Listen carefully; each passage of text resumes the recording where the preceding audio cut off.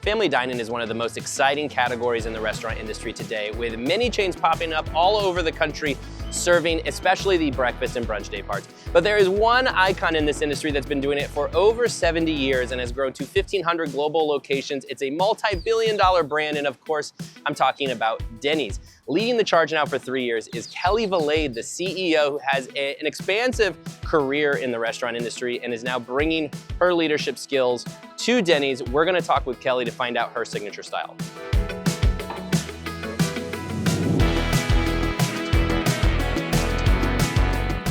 Kelli Valade. Sam, how's welcome. it going? Good to see you. How are you? Thanks It's for great meeting to me see here. you. Should we go chat? Let's go All chat. right, let's do it.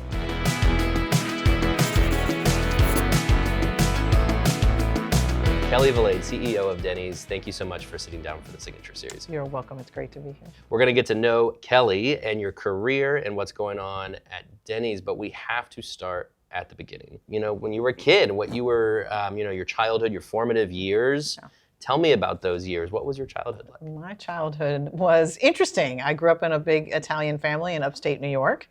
I played sports, so at a very young age, I was definitely into sports and always outdoors and always doing fun things. I spent every Sunday at my grandmother's house, big Italian dinner every Sunday at 2 in the afternoon. We were all having pasta, meatballs, the whole thing. So the values I have today, the traditions today that I still instill in my family, and cooking, making Italian food, all a really big part of what I still do. So Yeah. I spent a lot of time with my grandmother. She was a role model for me and a mentor for me, and yet it was very different because she didn't read, write in English, right? She's first generation from Italy, and that didn't matter because she was the matriarch and everything was about food. So she made a lot of the decisions, much like women still do today. She made a lot of the decisions about what we did as a family, and for that, I was always admired her in such a big way because of that. So food, obviously a big part of your upbringing. Yep. Was it ever, when you were a kid, did you ever think it could be a career? I didn't until I turned 16. Okay. And so the day I turned 16, I started at a TJ's Big Boy. Most people know Bob's Big Boy or Frisch's Big Boy. This was a TJ's Big Boy in upstate New York. And from that day on, I was hooked, literally hooked. So I started as a hostess on my 16th birthday. They hired me on the spot. And then within months, they were starting to talk to me about what else do you want to do. So I think I learned that leadership lesson really early on. I'd say two. One, if you see something in someone else, that can spark something in them, take it upon yourself to do that. They did that for me. They actually helped me fill out my college applications. 22 years at Brinker, culminating in the role of president at Chili's. Yep. An incredible experience at a company. What do you feel like are some of the traits that you pulled from Brinker that you brought with you to Black Box, brought with you to Denny's? What was that experience ultimately? How did it form you and shape you? I grew a ton and was exposed to so much. And it was always, again, the culture was first, and that leadership, those leadership skills I learned have carried with me since. There was incredible discipline at Brinker. And because of the 9 brands, and then I got involved in divestitures. There weren't necessarily acquisitions, but I was involved in a lot of things. The other thing, when people ask me about my career, I talk about raising my hand and not coloring inside the lines. So I was human resources for a long time. I believe part of being asked to be chief operating officer was because I'd raise my hand and go, that's not really an HR task, but I can help, right? So there were things I did that were operations driven, in partnering with operations or just saying, hey, can I work with you on that? I learned there that culture is absolutely everything, and declaring and understanding the culture's strengths and Achilles' heel, rather, is paramount. When I describe my career and my background, I often say it was a real windy path, right? It was restaurant operations, then HR. HR turned back into operations with the COO role. That offer of becoming the COO was the game changer for me, right? Everything changed from that point, because before that I wanted to be maybe a chief people officer, which was a lofty goal and something I was incredibly passionate about. But the right turn into, and the chance they took on me at that time to be the chief operating officer is one of the best things I'd ever done. Was scared to do it, almost didn't do it. I teach this in a women's leadership class, right? The reaction to, I don't know that I can do that, and maybe I shouldn't. Clearly, I made the right choice, and I'm better for it. But we set out to galvanize the employees and the GMs and create a rally cry, and we did that. And I think that's what got attention for me in terms of maybe something beyond HR. And I remember when I got promoted, Doug Brooks saying to me, and I remember it like it was yesterday, you know leadership, you know people, you can learn the P&L, anybody can learn the P&L. That's one of the things that I've learned, to ask for time, ask for patience, ask for investments in any assignment you get, and make sure that who you're working for or whatever assignment you're taking, you have that opportunity, not only to be empowered to do it. As a CEO, of course, you're empowered to do a lot of things, but you still have to make sure time, patience, investment, that'll be in play for you to be successful. Sure. But I imagine then when you come to Denny's, you must be more intentional about it at that point, right? With Black Box, you see how this works. Did you put those lessons more into an intentional strategy to ensure that kind of leadership development within Denny's? Yeah. In 22, when I joined, there was still so much of a hangover from the last 2 years that I wanted to understand what the customer thought today about Denny's. So again, being data driven, and you have to understand what the customer wants. What does the customer think about you today? And so I came in, we commissioned consumer segmentation data, we commissioned new work just to really understand the customer. The other thing I always do with a new assignment is walk around with a little journal and start asking people the same questions, right? What's it like around here? What do you love about it here? What would make it even better here? What's sacred here? So those same questions really get to this underpinning of what's the culture really like. And if you ask enough times and just wait for the answers, the real stuff does come out. And over the years, whether you see it or not, you've been shaped and formed as a leader. You've developed your own leadership style. I'm curious, from your perspective, how would you describe yourself as a leader? I really, really like to win. I really like clarity. To me, clarity is kind. I think that's a Brene Brown saying. But to create clarity, to create purpose and intention, one of the things that drew me to the Denny's assignment, to go back there for a second, was just the idea of we love to feed people body, mind, and soul. And everybody's got like a vision statement, mission statement. But to me, where I am has to align with my own values. And so that was really important. So my leadership style, I would say caring. I'm pretty genuine in that what you see is what you get. I'm pretty extroverted, so you're probably going to be able to tell what I'm thinking from my face anyway. So I can't hide from that. I'm a work in progress on that. So I'd say direct, caring, purpose-driven, heart-led leader. I think that's what people would say. You've been really outspoken, more so than any other leader, I'd say, in the restaurant industry, about mental health and the need to provide resources for employees within your system that they can have mental health support when they need it. Why is that such a passion for you? Because I think if the government or healthcare even can't fix it, business leaders can, just by doing good where they are.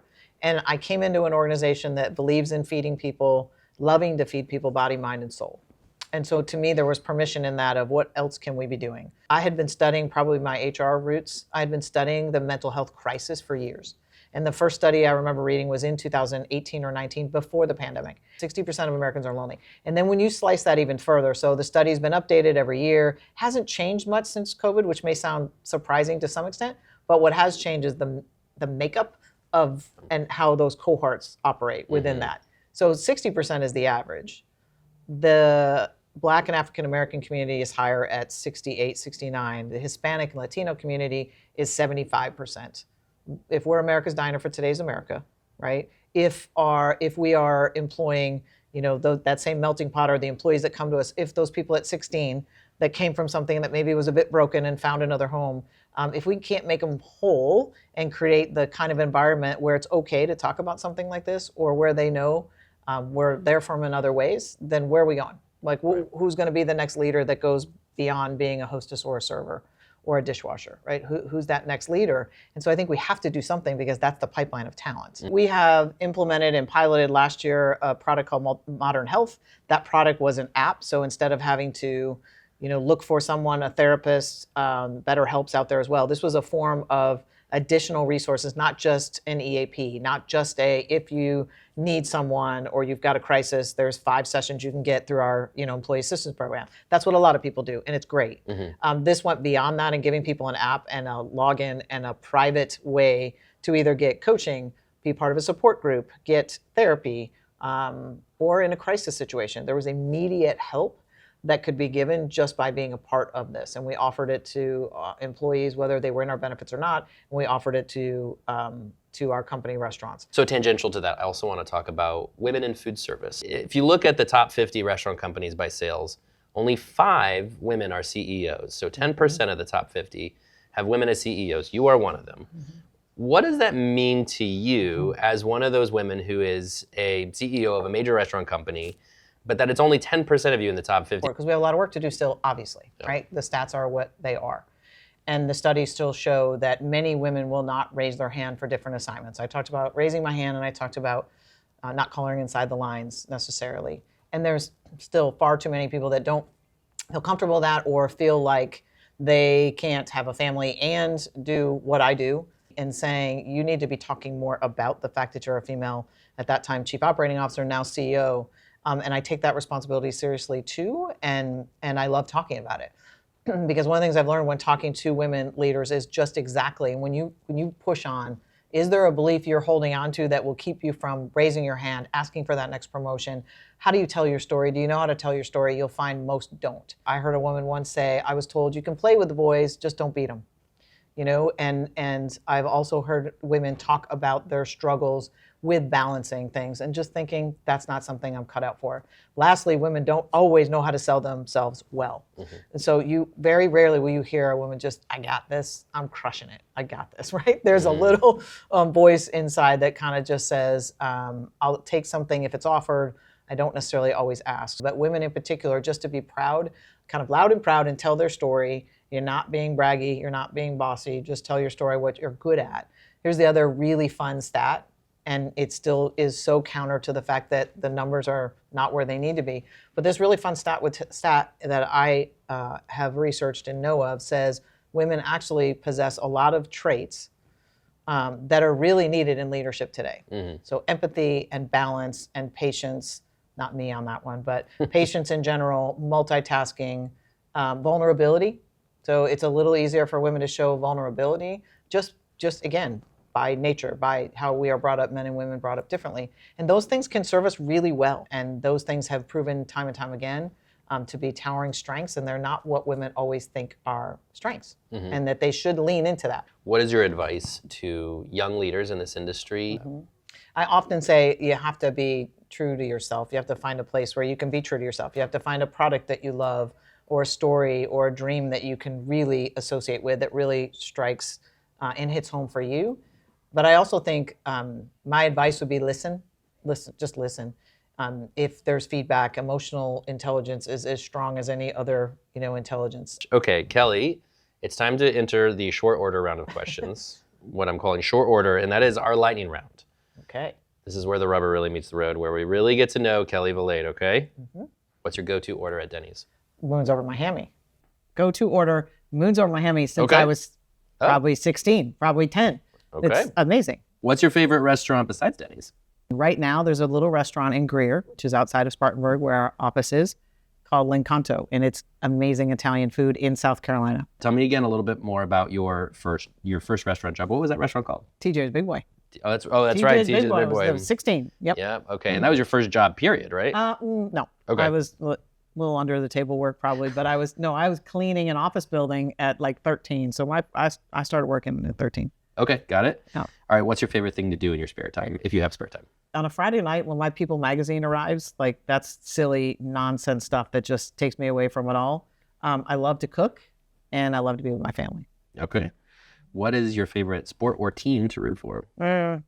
Well, so I like New England teams. My husband grew up in Massachusetts. Both of my children now live in Massachusetts. So I do like the Patriots. I do like the Celtics. I'm not a huge, NCAA stuff going on, March Madness I'll watch, but I'm not a huge sports fan. Okay, gotcha. All right, you fly a lot.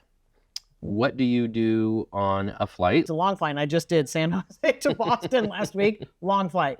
And so I listened to music for a little bit. I watched the movie on the plane, a movie on the plane a little bit. There are my binge watching series. I'm recently watching Shrinking, which is a fascinating series on Netflix, or Apple TV rather. And I'll listen to a podcast once in a while. And I just finished reading a book written by someone that's on our board of directors, Lead Like You Mean It by Laisha Ward. So I'll do all the above. I don't know what it says about the show shrinking, but you're the second CEO to say that that was Really? the show last show you binged. That's amazing. Which, by the way, great show. I can Great also show. vouch Isn't for it a it. great Yeah, show? it's so great. All right, besides shrinking, what was the last show you binged? Yellowstone. As a business leader, what's one resource you couldn't live without? Every morning, Nation's Restaurant News, my digital update. I'm not All right. even kidding, because I'll literally, I double click, I read the top stories of the morning. I read the alerts when they come out, because it's the way I keep my finger on the pulse.